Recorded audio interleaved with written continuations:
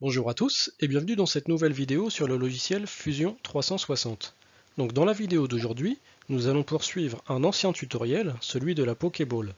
J'ai récemment reçu un commentaire qui me suggérait de le continuer et qui me disait qu'il serait intéressant de voir la partie assemblage. Donc c'est ce que nous allons voir aujourd'hui.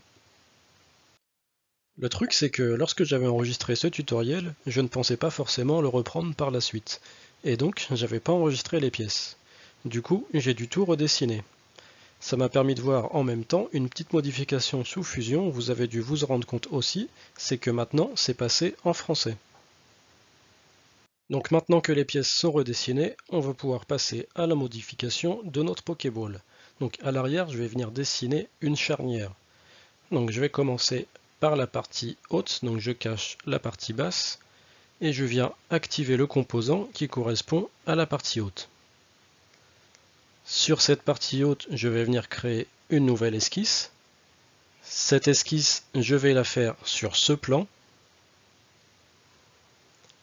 Donc je vais venir tracer un rectangle de cette façon.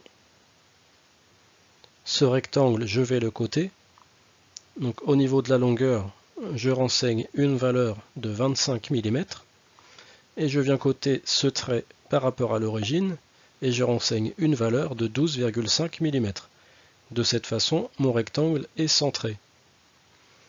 Je peux maintenant quitter mon esquisse. Et cette esquisse, je vais l'extruder. Donc je prends la fonction extrusion et je viens renseigner de ce sens une valeur de 5 mm. Ainsi, on a évidé l'emplacement où on va venir faire notre charnière. Je peux réafficher l'ensemble, je réaffiche la partie basse et on va pouvoir passer à la suite sur la partie basse. Donc je vais pouvoir cacher la partie haute et activer le composant qui correspond à la partie basse. Je vais créer une nouvelle esquisse sur ce plan et je vais venir tracer deux traits. Un premier trait de cette façon qui relie le bord extérieur et le bord intérieur et le même ici. Ensuite, je vais pouvoir coter ces deux traits. Donc j'indique une valeur de 16 mm et je rajoute une cote entre ce trait et l'origine et je renseigne une valeur de 8 mm afin de tout centrer. Je peux maintenant quitter cette esquisse. Cette esquisse, je vais l'extruder, donc je prends la fonction extrusion, je clique sur mon esquisse et je renseigne une valeur de 4,5 mm. Ensuite, je vais venir ajouter deux congés, donc un sur le bord intérieur et un sur le bord extérieur, et je renseigne une valeur de 2,5 mm.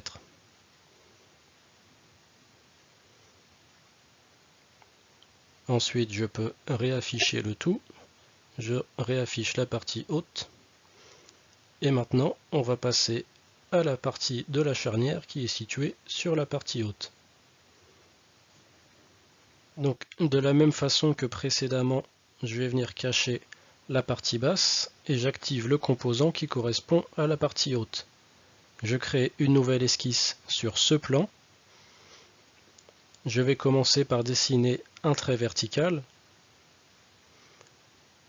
et je rajoute une contrainte de coïncidence entre ce trait vertical et l'origine. De cette façon, je suis sûr que je vais bien être centré. Ce trait, je dis que c'est un élément de construction.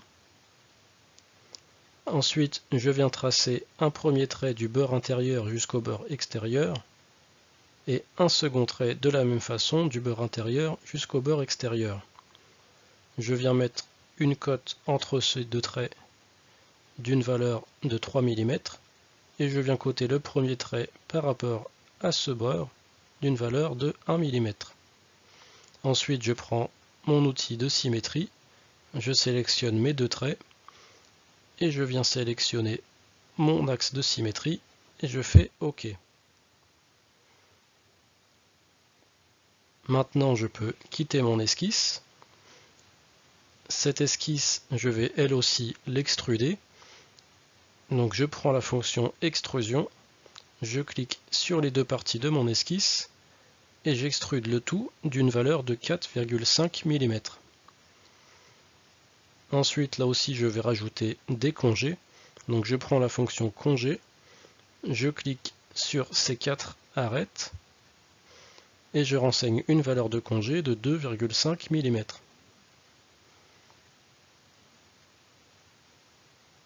Ensuite, je peux réactiver l'ensemble, je réaffiche la partie basse et donc on voit notre charnière qui prend forme. Donc on va venir redessiner sur la partie haute. Je la replace correctement et je viens activer le composant de la partie haute. Ensuite, je crée une nouvelle esquisse. Cette esquisse, je la crée sur ce plan et je viens tracer un cercle.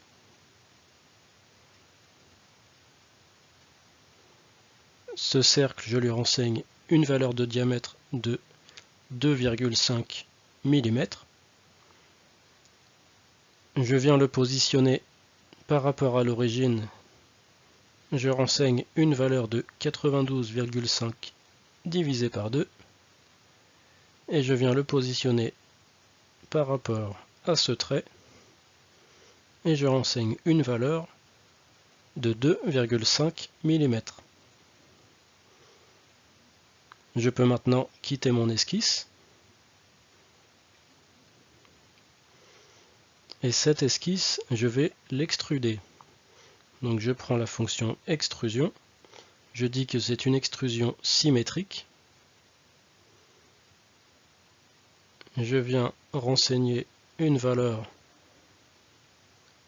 de 10 mm. Dans opération, je regarde que je suis bien surcoupé et je fais OK.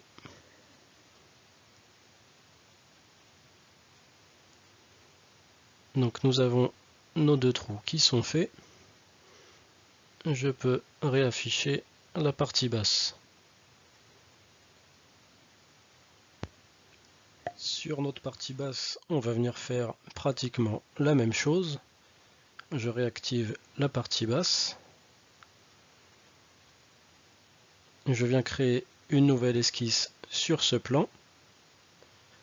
De la même façon que précédemment, je viens tracer un cercle. Cette fois-ci, c'est un cercle de diamètre 2 mm.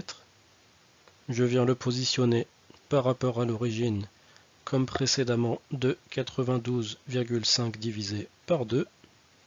Et je viens le positionner par rapport à ce trait. Je renseigne une valeur de 2,5 mm. Je peux maintenant quitter mon esquisse. Et cette esquisse, nous allons là aussi l'extruder. Je choisis la fonction extrusion. Je dis que c'est une extrusion symétrique. Je viens renseigner une valeur de 9 mm et je mets joindre. Je fais OK.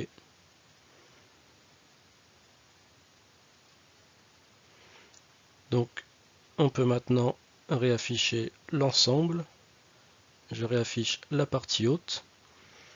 Et nous avons maintenant notre charnière qui est dessinée. On va donc pouvoir passer à la partie assemblage.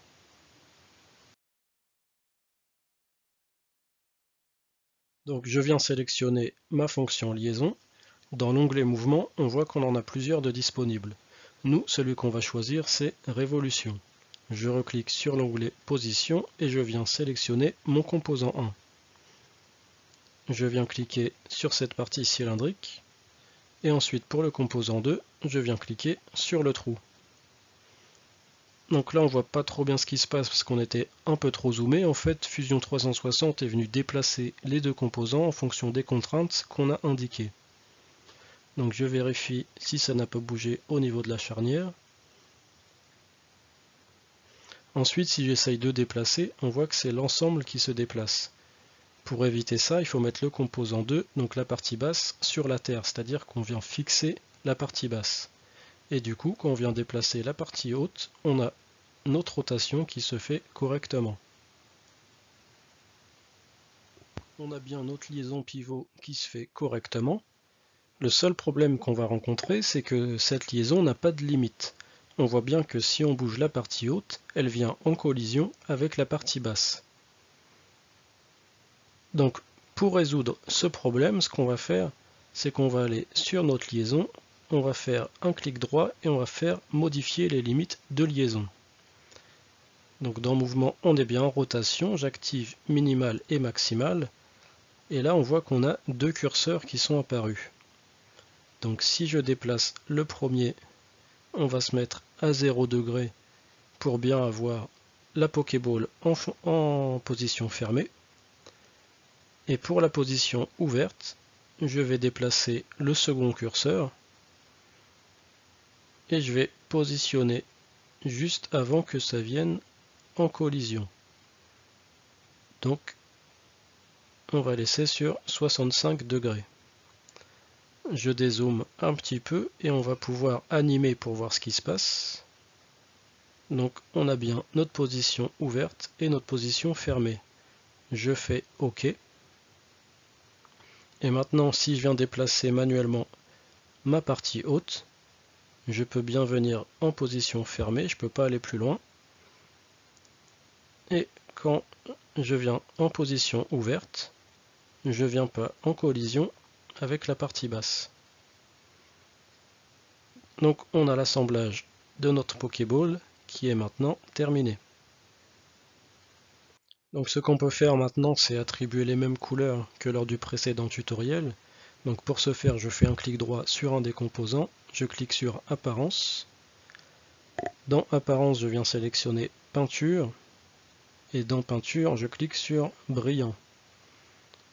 Je prends le noir que je viens déposer sur la partie haute et sur la partie basse. Et ensuite, je clique sur Face.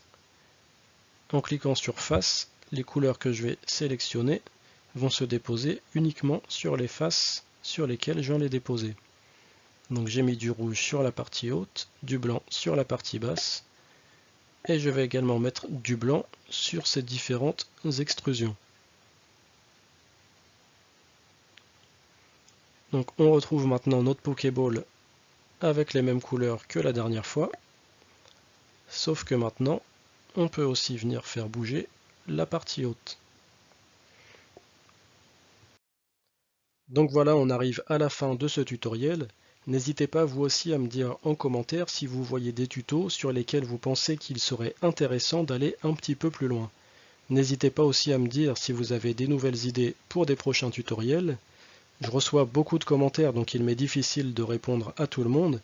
Néanmoins, je note toutes les idées pour des nouveaux tutoriels. N'hésitez pas aussi à me mettre un petit pouce bleu si la vidéo vous a plu et à vous abonner à la chaîne si ce n'est pas encore le cas. En attendant, moi je vous dis à bientôt pour une prochaine vidéo.